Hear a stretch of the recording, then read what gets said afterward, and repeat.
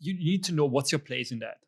And we've just worked it out. And I had like a year and a half where I didn't know where's my place in the whole, same solutions, team structure, implementation structure, and whether I need someone else to help me with that.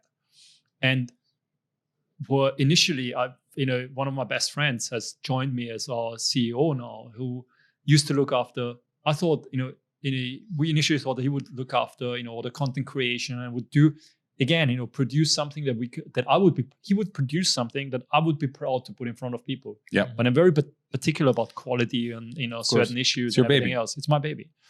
And we came into the issue where he himself said, like, I think, what we've produced here is good enough. And I said, like, we can't, it's not.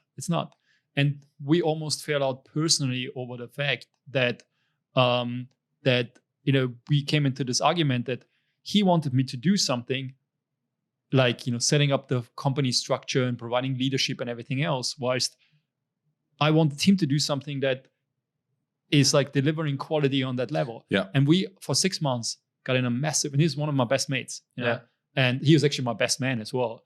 And we just, couldn't talk to each other anymore. Wow. What we realized then at the point, hey, listener, we have just made a mistake by putting ourselves in a position where, and we switched. We just switched. He is now doing all the accounting, all the legal, all the paper, the background, hiring the people, talking to recruiters, setting up, our frameworks, which is brilliant. He's brilliant about. And I continue doing what I'm really passionate about and realizing where your weaknesses are, and putting the right people in here. Even if it, from if conventional business says you're the CEO, you need to, set up the framework, you need to set the company. If you're not good at that, or if you might be good at that, but you're not passionate about that, or you can't step back from other things, you need to realize that. And it's, everyone, all of those things are in 100,000 and 150,000 books out there. And all the knowledge is out there for you to get as well. But learning by doing and going through that pain the same way as you with your, podcast, there's nothing like that. There's nothing like that. But that's such an amazing lesson, right? And I think, I don't know, I've been fortunate that I've played in both sides, right? Yeah. And I got a really good experience at a very young age on having my own business, and I've dabbled in the corporate. And I think you touched on a very specific point where you're saying the story of the switching roles, right? Yeah. I find a lot of people in a regular structure, in the proper world structure of business, assume that just because they're in this place, they're meant to lead across all elements. Yeah. I am the senior person on this table. I need to lead everywhere. Yeah. And that giving up or delegating or, realizing your strengths and weaknesses and your team's strengths and weaknesses is something that is so undervalued and not promoted enough. I think there's so much pressure put on the senior leadership to want to do everything. Yeah.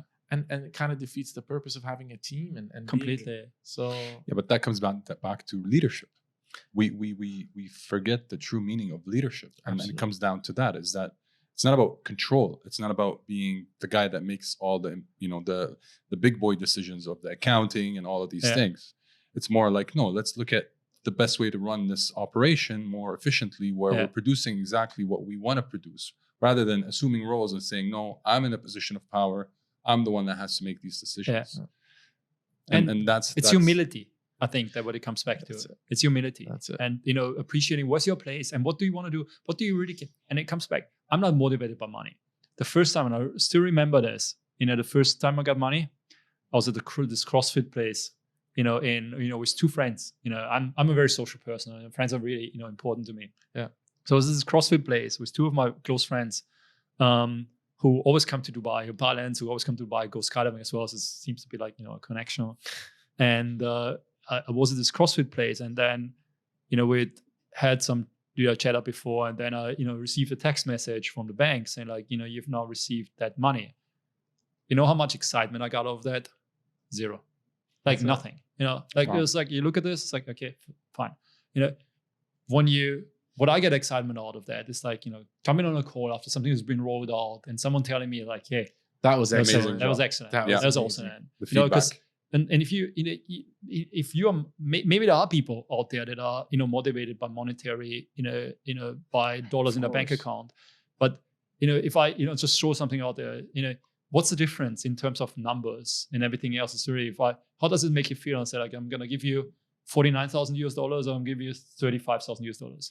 It's just money, It's just money. Yeah. It just doesn't Comes really, and goes. it comes and goes, there's always more money that's gonna, that you will be able to make. And, if you apply yourself and everything else, but it's just doesn't mean anything. It's interesting. You brought up a point about money. I'm just remembering they were saying that there is a threshold of happiness to income.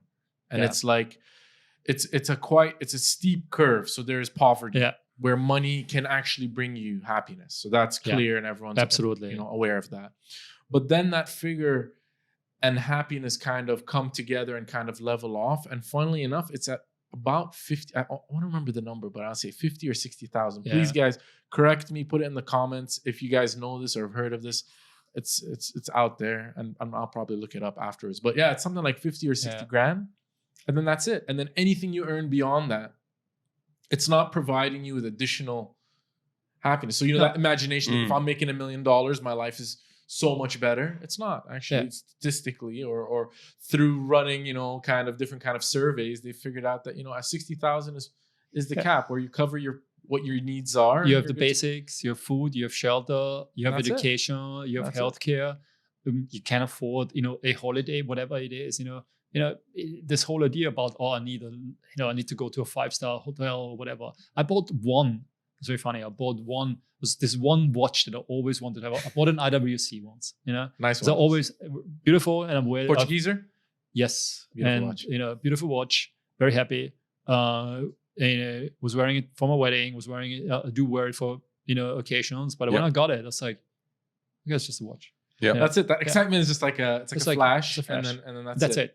That is it. And it's really, it for you to figure out what really motivates you and what really excites you, and having the humility, to know where your place is, and if your place is, to find another partner to, or we have now had, what I have is, Joe now that, that can do things that you can't, and I there's certain things I just can't do, or that I don't want to do, because I could do it. I could set up an accounting framework, but I just don't want to spend my time on that. Yeah.